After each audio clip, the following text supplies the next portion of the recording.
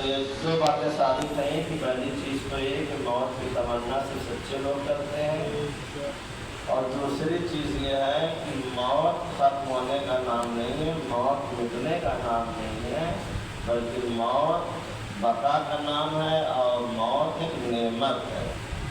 اور تیسری چیز یہ ہے کہ یہ موت جو ہے کیا ہے، ختم اور منتقل ہو گیا اس جگہ سے اس جگہ۔ دنیا میں ہر قوم کے ہاں تو موت کا تصور ہے، لیکن شیعان علی کے ہاں موت کا تصور نہیں ہے۔ ان کے ہاں موت ایک نعمت ہے، اور اس نعمت کی تمنا کون کرتا ہے؟ جو سچا ہوگا، جس کا امام سچا ہوگا، جس کا دین سچا ہوگا، وہ موت کی تمنا ہے۔ اب اگر آپ کائنات میں دیکھتے ہیں کہ موت کی تمنا کرنے والے تو ہمیں کوئی نظر نہیں آتا۔ اس آیت کا مصداق اگر آپ تلاش کریں ہمیں کوئی نظر نہیں آتا۔ چوتھی چیز جو قرآن مجید میں کیا قدرت کا کل نفس ذائقۃ الموت، ہر نفس کو موت کا ذائقہ۔ اچھا، یہ ذائقہ بغیر موت کے چل نہیں پائیں گے، یہ ذائقہ کیسا؟ لیکن آپ نے دیکھا کائنات میں کسی نے موت کے ذائقے کو زندگی میں تو نہیں چکھا، اور جب چل لے گا تو زندہ نہیں رہے گا۔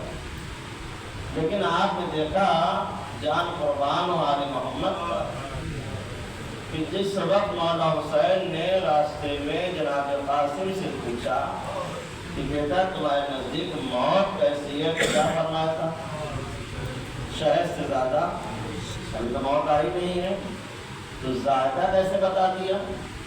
یعنی معلوم یہ ہے کہ آل محمد کے علاوہ کوئی موت کا ذائقہ بتا۔ تب اس کا مطلب یہ ہے کہ جس دل میں آل محمد کی محبت ہوگی اس کے ہاں ذائقہ کڑوا نہیں ہوگا، ذائقہ میٹھا ہوگا، شیریں ہوگا۔ اس کو بھی بات مثال دے کے بات کو واضح کرتے ہیں۔ دیکھیے یہ ذائقہ جو ہے طبیعت کے اوپر ہے، عمل کے اوپر ہے۔ جیسے اب یہ گلاس پانی لے آئیے ایک ہی جگہ سے، ایک بیمار کو دیجیے جس کو بخار ہو، وہی گلاس کا پانی اسے کیسا لگتا ہے؟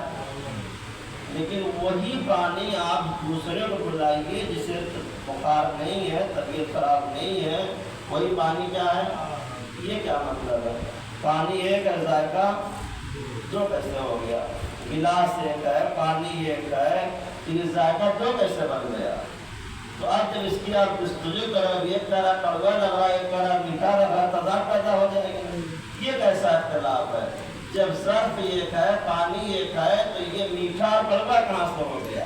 اب پریشان ہو جائیں گے لوگ، تو لوگ کیا یہ پاگل تو نہیں ہو گیا ہے؟ نہیں، پاگل نہیں، صحیح ہے۔ وہ جو مریض ہوگا اسے کڑوا لگے گا، اور جو سالم ہوگا اسے میٹھا۔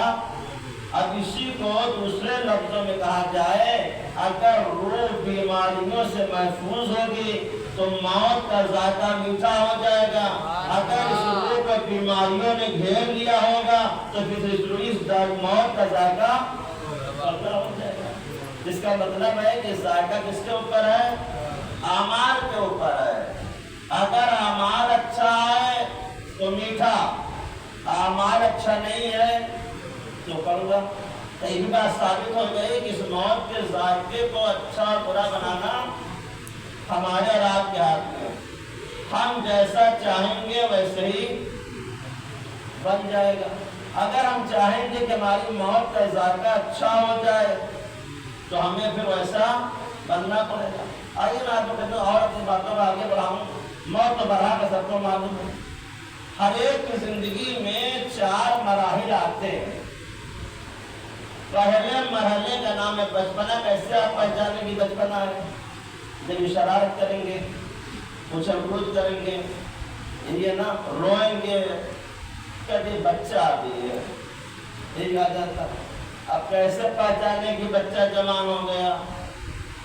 تو کہا کہ غصہ کرے تو سمجھ جائے کہ جوان ہو گیا، کہ جوانی کا عالم ہے۔ اور بڑھاپے کی نشانی ہے، جیسے جیسے بڑھاپا آتا ہے یہ سے بڑھ جاتی ہے۔ وہ چاہتا ہے ساری چیزوں کو جمع کر دوں، لیکن جہاں پہ چشمہ رکھنا ہے وہاں پیسہ رکھ دیتا ہے، جہاں پیسہ رکھنا ہے وہاں چشمہ رکھ دیتا ہے، پھر ڈھونڈتا ہے، دماغ کام نہیں کرتا۔ یہ پہچاننے کی علامتیں ہیں کہ بچپنا کیسے پہچانے، جوانی کیسے پہچانے، بڑھاپا کیسے پہچانے۔ بچپنا کھیل کود ہے، جوانی جوش و خروش ہے، اور بچپنا عقل کو کھو دینا ہے، دیوانہ کھا دے، جو بھی کہہ لیجیے، ضعیفی آ جاتی ہے، عقل کام نہیں کرتی، دماغ کام نہیں کرتا، چیز کہیں رکھ دیتا ہے، یہ ضعیفی کی علامت ہے۔ اور چوتھا مرحلہ کیا ہے؟ موت ہے۔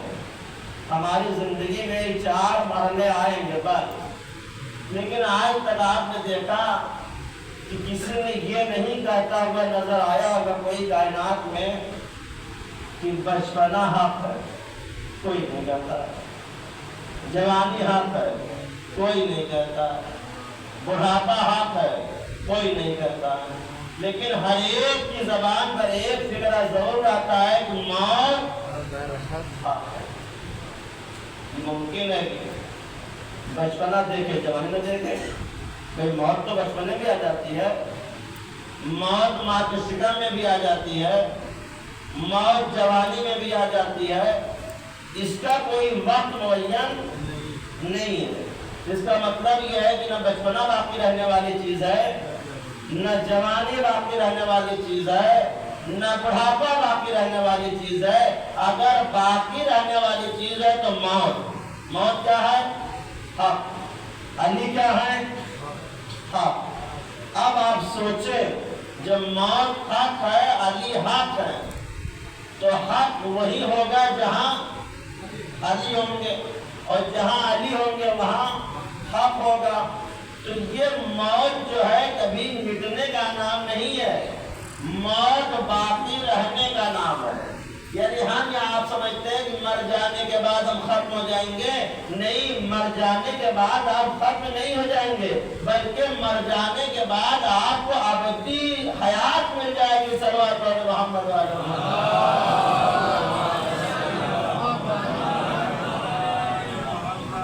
یہ چیزیں ثابت ہے کہ موت برحق ہے۔ دوسری چیز آپ کی طرف سے لوں، جب آپ اپنے مرنے والے کو دفن کرتے ہیں، شب دفن اللہ کی چیز کے بارے میں سوال کرتا ہے، عمل کے بارے میں، عقیدے کے بارے میں کس سوال کرتا ہے؟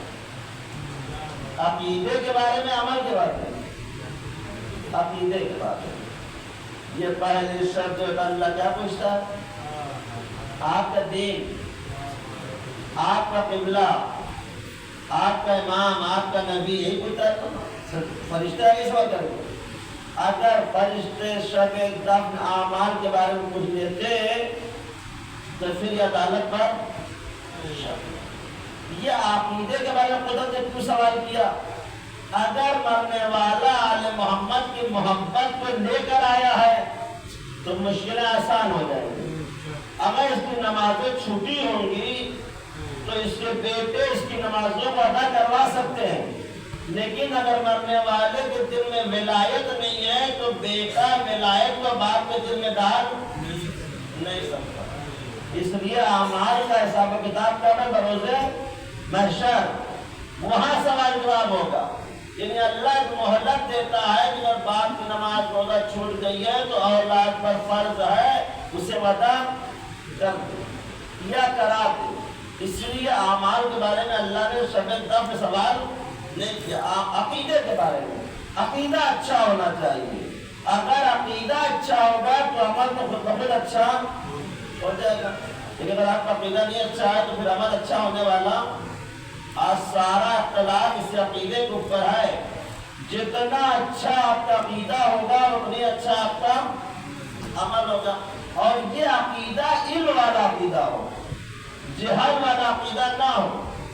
اگر علم کے ساتھ عقیدہ ہوگا تو عمل میں نورانیت پیدا ہوگی، اور اگر جہالت والا عقیدہ ہوگا تو عمل میں تاریکی پیدا ہوگی۔ یہ ہمیشہ یاد رکھیں۔ میں نے آپ کو خدمت میں عرض کیا کہ ہم سب کو کیا کرنا چاہیے کہ اپنی موت کے بارے میں سوچنا چاہیے اور غور و فکر کرنا چاہیے کہ موت پر حق ہے، دنیا سب کو جانا ہے، تو ہمیں ایسے امور کو انجام دینا چاہیے جو ہمیں وہاں کام آئے۔ ایک روایت میں آپ کو عرض کر رہا ہوں کہ ہر مرنے والے کے پاس مولانا متقیان حضرت علی ابن ابی طالب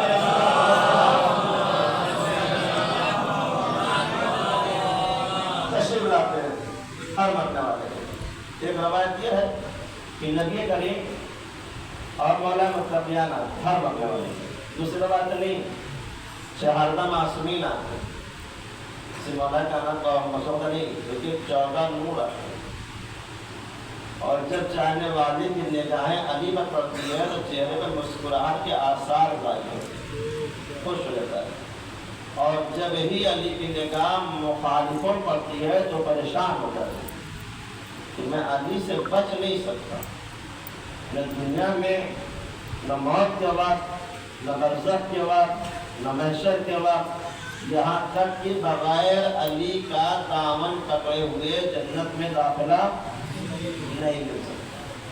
دوسری بات کہتی ہے کہ 14 معصومین آتے ہیں، یہ موت کا فرشتہ آگے بڑھتا ہے اور مرنے والے سے خطاب کرتا ہے کہ جو نورانی چہرے آپ دیکھ رہے ہو، جو آپ کے چاروں طرف نور ہی نور ہے، کیا انہیں پر پہچانتے ہو؟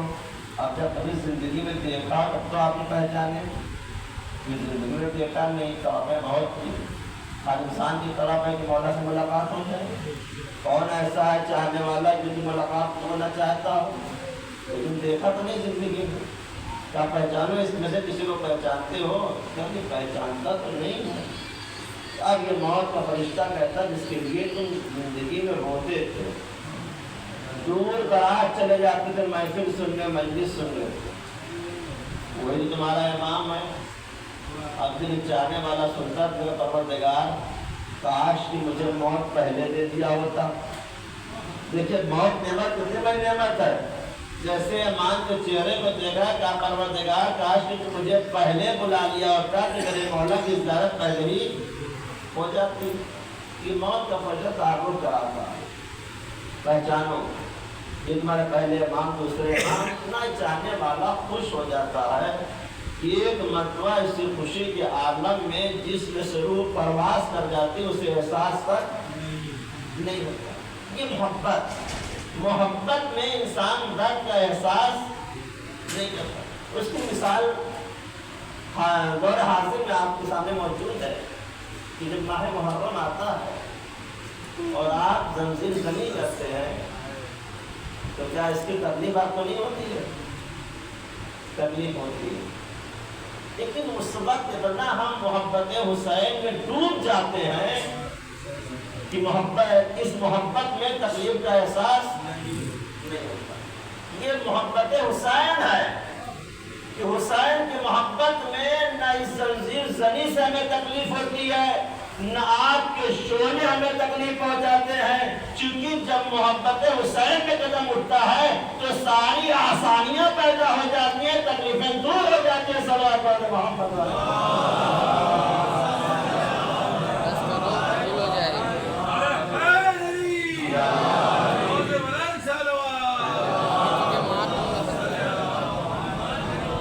یہ محبت اہل بیت بہت بڑی نعمت ہے۔ اہل بیت کی محبت آپ کو کون بنا دیتی ہے؟ اور نظرہ عام دنوں میں چنگاری لگ جاتی ہے، چھالے آ جاتے ہیں، ڈاکٹر کے بھاگنے لگتے ہیں، آپ دواؤں کی ضرورت پڑنے لگتی ہے، لیکن ایام غم میں آپ نے دیکھا کہ آج تک کوئی بھی انگارے میں چلنے کے بعد ڈاکٹر کے پاس گیا ہو؟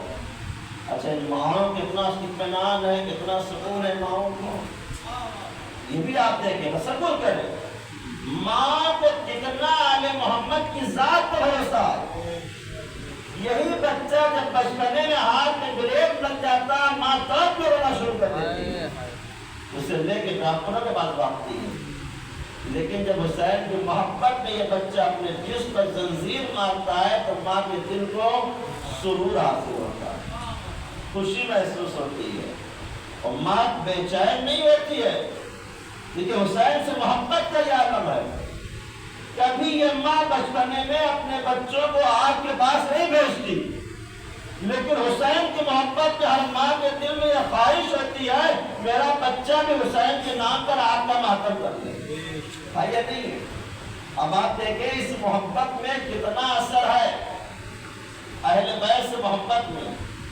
تو اگر ہمارے دلوں میں آل محمد کی محبت آ جائے تو ہماری ساری مشکلات برطرف ہو جائے، ہمیں کسی کی ضرورت نہیں ہے۔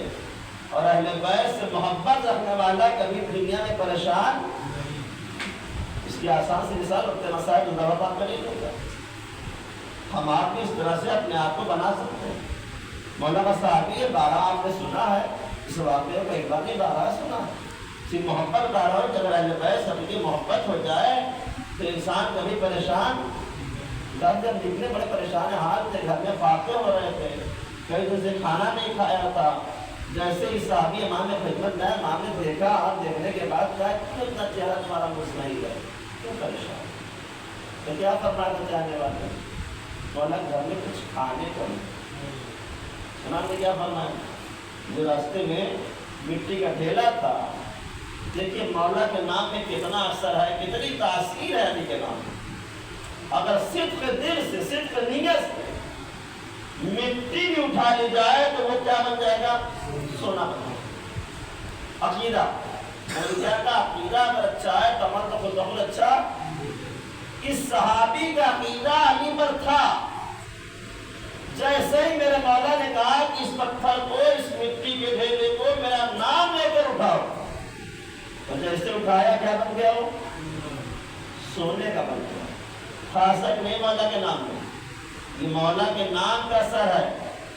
تاثیر دے کے زبان کی، یا علی کا ہاتھ تو مٹی سونا بن گیا۔ اب اسے تو خوش ہو جانا چاہیے تھا، شکریہ ادا کرنا ہے مولا کا، اور لے کے بہتر روانہ ہو جانا چاہیے تھا۔ تاریخ کیا بتاتی ہے؟ اس ڈھیلے کو لے کے گیا نہیں، ہو ڈھیلا چھوڑ دیا، سونے کا بنا ہوا، اور پتھر تلاش کرنے لگا۔ مولا دیکھ نہیں کر کیا رہا ہے، مولا کیا کر رہے ہو؟ پتھر لیا، میں نے توڑنا شروع کیا۔ کیا مولا جتنی ضرورت ہے اتنا لے لو۔ مولا نے کیا فرمایا؟ لے جاؤ، کل تمہیں کام آئے گا۔ کیا کام؟ مسکرا کے مولا کل کی فکر وہ کرتا ہے جس کے پاس آپ جیسا امام ہو، بس آپ جیسا امام ہو، کل کی فکر نہیں کرتا۔ جس طریقے سے آج آپ نے عطا کیا ہے اس طرح کل بھی آپ عطا کر دیں گے۔ یہ عقیدہ ہے۔ ہم میں سے کسی کو مل جائے تو لے کے بھاگ جائے گا کہ ہمارا لڑکا پوتا پر پوتا کھائے گا بھائی۔ ہم نے سے پریشان ہے نا، اپنے لیے نہیں پریشان ہے، بڑی لمبی فکر ہے۔ پوتے کے لیے بھی بنا دیں، پوت کے لیے بنا کر پوتا کو بہت بن جائے گا۔ ہم لوگ دنیا بنانے کے چکر میں آخرت کو بھلا دیتے ہیں، نیکیوں سے اپنے آپ کو دور کر دیتے ہیں۔ اتنے چاہنے والے کی آپ دیکھیں عقیدہ، اس نے وہ نہیں لیا جسے اس کو ضرورت تھی۔ اگر ہمارے دلوں میں بھی اہل بیت کی محبت ہے تو اگر ہم بھی اس سیرت پہ عمل کریں تو کبھی ہم پریشان حال بس طرح۔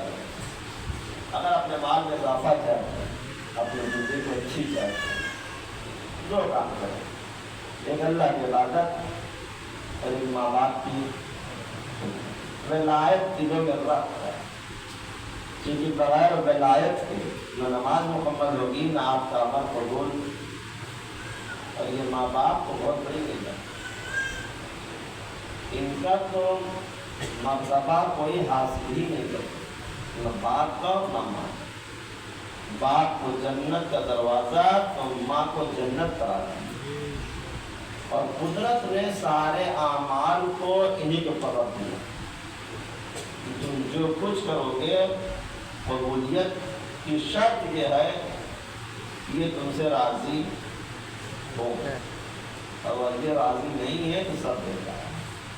یہ پیسے، یہ تمام چیزیں وقتی ہیں، آج ہے کل نہیں رہے گا، لیکن اگر آپ اپنے ماں باپ کے فرما بردار بن جائیں گے تو کبھی ناکام وقت میں کہ میں اس چیز کو وضاحت کروں۔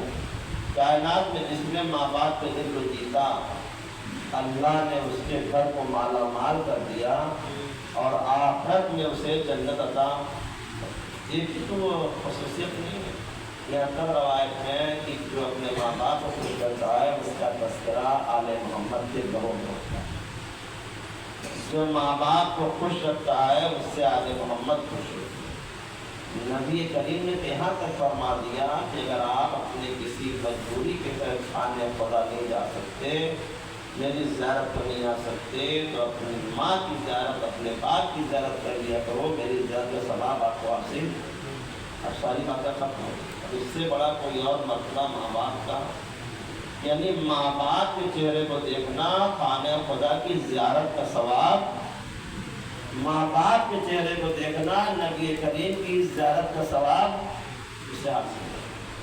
یہ چیز کا ہمارے نوجوان غور کریں کہ ماں باپ کبھی پیسے کے مقابل میں نہ، میں پیسہ کمانے لگا تو ماں باپ کو دبا کے رکھیں، میں پیسہ کمانے لگا تو ماں باپ کو روک دیتا ہوں، نہیں۔ آج اس منزل پہنچے ہو تو کہیں نہ کہیں اس میں تمہارے والد تمہاری والدہ کا رول ہے۔ اگر یہ نہ ہوتے، یہ نہ مشقت کرتے تو کسی مقصد پر پہنچ۔ اگر باپ نے زحمتوں کا سامنا کیا ہے تو ماں کا بھی کردار ہے کہ جو ماں نے اپنے بچوں کو ایک اچھی تربیت دے کے، اچھی تعلیم دے کر ایک اچھا منصب رکھا، اور ان کے احسان کو آپ کبھی ادا کرنے کی کوشش نہ کریں۔ ایک شخص کا بھی احسان کوئی اپنے ماں باپ کا ادا نہیں کرے، بس بدل ہمارے کو درس کیا۔ اگر ہم سچے ہیں تو موت کی تمنا، موت کی تمنا اسی وقت کریں گے جب ہماری زندگی اہل بیت کے بتائے ہوئے احکام پر عمل کی۔ موت کا حق ہے، موت آنی ہے، موت سب کو آئے گی، سب کو ایک دن دنیا میں چھوڑنا ہے اور دار آخرت کو رسانا ہے، اس سے کوئی بچ نہیں سکتا۔ لیکن جو مقصد اللہ نے زندگی دی اسے اتنی کامیاب بنا دے کہ مولا متقیہ نے کیا فرمایا کہ ایسی زندگی بناؤ کہ لوگ تم سے ملنے کی خواہش کریں، اور جب مر جاؤ تو تمہارے لیے لوگ ملیا کریں۔ یہی دوستی کا معیار امام نے بتایا، دوستی کا معیار یہ امام نے بتایا کہ تمہارے مرنے کے بعد تمہارا دوست تمہارے جنازے میں شریک، تمہارے لیے گریہ کرے، یہ دوستی کا معیار۔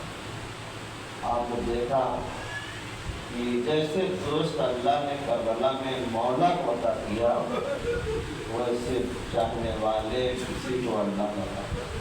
یہی چاہنے والے اصحاب تھے کہ جب شب عاشور آئی، مولا نے اپنے تمام چاہنے والوں کو بلایا، بلانے کے بعد ابتدا کہا میں تمہیں اجازت دیتا ہوں، تم جہاں چاہو چلے جاؤ، یزید میرے خون کا پیاسا ہے۔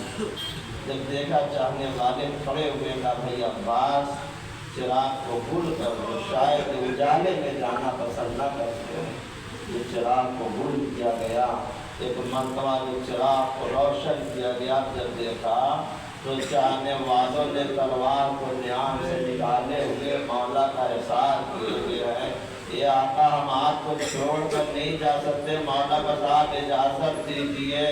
مولا نے فقرہ کہا جیسے چاہنے والے اللہ نے ہمیں دیا، نہ میرے نانا کو دیا، نہ میرے بابا کو دیا، نہ میرے بھیا کو دیا۔ کیسے چاہنے والے تھے جنہوں نے اپنی جان کو آقا کو قربان کر دیا۔ سجدوں کے بڑا مجلس تمام، جب صبح ہوئی نا قربانیوں کا سلسلہ شروع ہوا، ایک ایک کر کے اصحابوں نے قربانیاں دی، اعزاء نے قربانیاں دی، اقربا نے قربانیاں دی۔ اب جب خاندان بنی ہاشم کی باری آئی، اللہ اکبر، چھوٹے چھوٹے بچوں نے قربانیاں دی۔ جب سب شہید ہو چکا، اب کوئی نہ بچا، مولا حسین تن و تنہا ایک مرتبہ آواز استغاثہ بلند کیا، حل من ناصر سنا، حل من مغیث و یغیث سنا، اے کوئی میرا ناصر و مددگار جو میری مدد کو آئے۔ تاریخ بتاتی مولا حسین نے آخری دعوت اسلام کی تھی، غریبی غم وقت اگر تم آ جاؤ گے ہم تمہاری ضمانت لے لیں گے، لیکن کہیں سے کوئی جواب تو نہ ملا۔ ہاں اتنا ضرور روایت ملتا ہے خیمے میں کو حرام مچ گیا۔ مولا حسین خیمے کے در پر آئے اور آنے کے بعد پوچھا بہن زینب بھائی ابھی زندہ ہے، رونے کا سبب کیا ہے؟ یہ بہن اس طرح سے گریہ کیوں کر رہی؟ کہا یہ بھیا جب سے آپ کی آوازیں اس طرح سے بلند ہوئی ہے علی اصغر نے اپنے آپ کو جھولے سے گرا دیا۔ مولا حسین نے کہا بہن زینب لاؤ میرے بچے کو میرے حوالے کر دو۔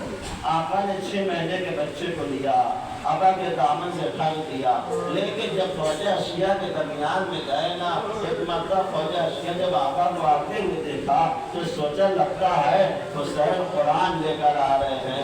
اللہ اکبر، جیسے ایک مرتبہ آقا کو ہٹایا 6 مہینے کا بچہ ننا سا پھول، جیسے ایک مرتبہ امام نے پیش کیا نا کہ میرا بچہ 3 دن کا ہوگا پیاسا ہے، اس کی ماں کا دودھ خشک ہو گیا ہے۔ آج یہ سوالے آپ کون کر رہا ہے؟ جس کا بابا ساقی کوثر ہو، جس نے دشمنوں کے جانوروں سب کو سیراب کیا ہو، آج اس کی بے بسی دیکھے، مظلومیت دیکھے، مولا فرماتے اگر ہو سکے تھوڑا سا پانی میرے بچے کو دے دے۔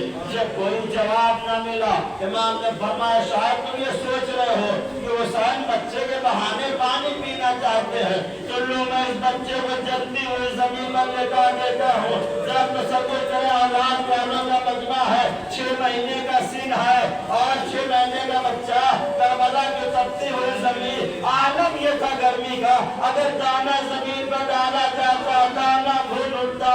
ارے آقا نے کس طرح اپنے 6 مہینے کے پھول کو زمین پر لٹایا ہوگا۔ ارے جب کوئی جواب نہ ملا ایک مرتبہ آقا آگے بڑھے، اے بیٹا علی اصغر تم بھی تو حجت خدا کے فرزند ہو، اپنی حجت پہ تمام کرو۔ اللہ اکبر، امام نے بیٹے کو اٹھایا، ایک مرتبہ 6 مہینے کے بچے نے اپنی سوکھی ہوئی زبان کو نکالا، اپنے نمنے نمنے ہونٹوں پر پھیرنا شروع کیا۔ یہ منظر دیکھ کے فوج اشکیا میں تلا تم بچ گیا۔ بسر سعد آگے بڑھا اور بولا جلدی کر حسین کے کلام اللہ کہتے ورنہ انقلاب پیدا ہو جائے گا، فوج میں انتشار پیدا ہو جائے گا۔ ساری فوجیں منہ پھیر پھیر کر رونا شروع کر دیا۔ جب اس بچے کو اس منظر کو دیکھا اور ملا آگے بڑھا اور بڑھنے کے بعد چلے جماعت بچی کو جوڑا، جہاں جہاں کروں 1 مرتبہ 2 مرتبہ 3 مرتبہ 3 بار بار گر جاتا تھا۔ اس طرح ساتھ کہتا ہو بولا جب مجھ سے کوئی سوال کرتا سب سے زیادہ تیرا انداز تیرے لشکر میں کون ہے، میں تیرا نام لیتا چاہے بسر ساتھ جو میں دیکھ رہا ہوں تم نہیں دیکھ رہا۔ جب میں دین کو رہا کرنا چاہتا کبھی رسول مقبول آواز دیتے اے حرملہ ان چھوٹے سے بچے نے کیا نکالا۔ ارے کبھی نجف اشرف سے آواز آتی ہے حرملہ اس بچے میں گناہ کیا ہے۔ ارے کبھی کسی بیوی کے رونے کی آواز آتی ہے اے حرملہ اس میرے نمبے سے لال نے تیرا کیا نکالا ہے۔ اللہ اکبر، ایک مرتبہ 3 بار جاتی جب سنسناتا ہوا چلا 6 مہینے کے بچے نے امت کا اپنے گلے پہ تیر کو لیا۔ ارے بیٹے کے گلے کو چھلتا ہوا باپ کے بازو میں بے بس ہو گیا۔ ارے باپ کی مظلومیت بے بسی، ایک مرتبہ باپ نے خون کو چلو میں لیا، چاہت آسمان کی طرف کو آواز ہے تاکہ آمد ایک من پانی نہ برسے گا، چاہت زمین کی طرف کو آواز ہے تاکہ آمد ایک دانہ نہ ملے گا۔ ارے باپ کی بے بسی دیکھے ایک مرتبہ آسمان کی طرف روک دیا، کار زنگار آسمان پر راز زمین نہیں، اصغر تمہارے حکم کا